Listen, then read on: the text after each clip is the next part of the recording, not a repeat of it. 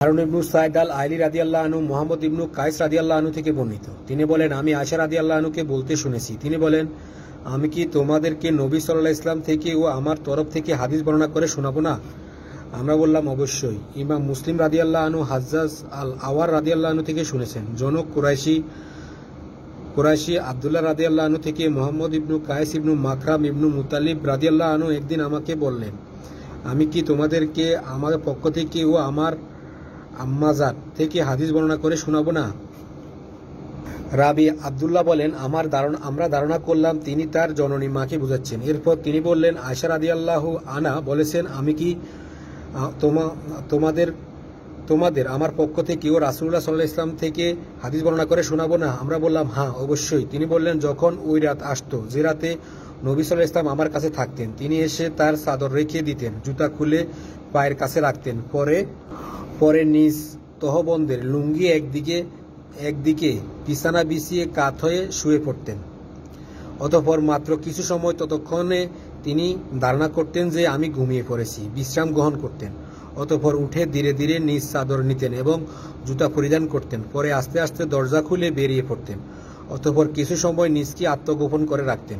একদিন আমি আমার জামা মাথার উপর স্থাপন করে তা দিয়ে মাথাটা ঢেকে লুঙ্গি পরিধান করে অতঃপর তার পিছনে রওনা হলাম। যেতে যেতে তিনি বাকিতে কবরস্থানে পৌঁছলেন। তথায় তিনি দীর্ঘ সময় দাঁড়িয়ে থাকলেন। অতঃপর তিনি 3 বার হাত উঠিয়ে দোয়া করলেন। এবার গৃহের দিকে ফিরে রওনা করলে আমিও রওনা হলাম। তিনি রাসূলুল্লাহ সাল্লাল্লাহু আলাইহি ওয়াসাল্লাম দ্রুত রওনা করলেন, আমিও দ্রুত চলতে লাগলাম। তাকে আরো দ্রুত পদক্ষেপে এগিয়ে আসতে দেখে আমি আরো দ্রুত চলতে লাগলাম। এরপর আমরা দৌড়াতে আরম্ভ করলাম। আমি দৌড়ে তার আগেই ঘরে ঢুকে পড়লাম এবং বিলম্ব না করে শুয়ে পড়লাম। একটু পরে তিনি গিয়ে প্রবেশ করে আমাকে জিজ্ঞেস করলেন, হে আয়েশা, তোমার কি হলো? কেন হাঁপিয়ে পড়েছ? আয়েশা রাদিয়াল্লাহু আনহা বলেন, আমি জবাব দিলাম, না, তেমন কিছু না। রাসূলুল্লাহ সাল্লাল্লাহু আলাইহি ওয়াসাল্লাম বললেন, না। রাসূলুল্লাহ সাল্লাল্লাহু আলাইহি ওয়াসাল্লাম বললেন, তুমি নিজে আমাকে ব্যাপারটা খুলে বলবে, নতুবা মহান আল্লাহ আমাকে তা জানিয়ে দিবেন। আমি বললাম, হে আল্লাহ রাসূল, আপনার উপর আমার মাতা পিতা কোরবান হোক। এরপর তাকে ব্যাপারটা জানিয়ে দিলাম। তিনি বললেন, তুমি সে কালো ছায়াটি যা আমি আমার সামনে দেখছিলাম? আমি বললাম, জি হ্যাঁ। তিনি রাসূলুল্লাহ সাল্লাল্লাহু আলাইহি ওয়াসাল্লাম আমার বুকে একটা থাপ্পড় মারলেন, যাতে আমি ব্যথা পেলাম। অতঃপর বললেন, তুমি কি ধারণা করেছো আল্লাহ ও তার রাসূল তোমার উপর অবিচার করবে? আয়েশা রাদিয়াল্লাহু আনহা বললেন, যখনই মানুষ কোনো কিছু গোপন করে আল্লাহ তা অবশ্যই জানেন। হ্যাঁ, অবশ্যই জানেন। রাসূলুল্লাহ সাল্লাল্লাহু আলাইহি ওয়াসাল্লাম বললেন, যখন তুমি আমাকে দেখেছো, এই সময় আমার কাছে জিবরিল আলাইহিস সালাম এসেছিলেন এবং আমাকে ডাকছিলেন।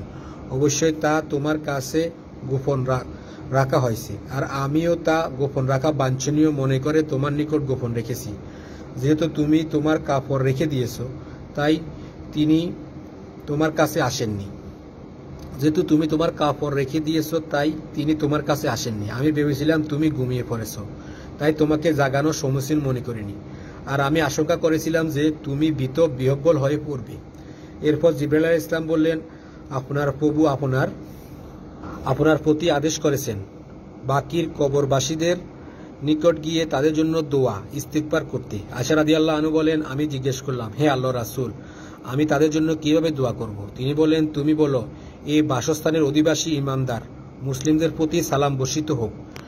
আমাদের মধ্যে থেকে যারা আগে বিদায় গ্রহণ করেছে আর যারা পিছনে বিদায় নিয়েছে, সবার প্রতি আল্লাহর দয়া করুন। আল্লাহ চাহে তো আমরাও তোমাদের সাথে মিলিত হব।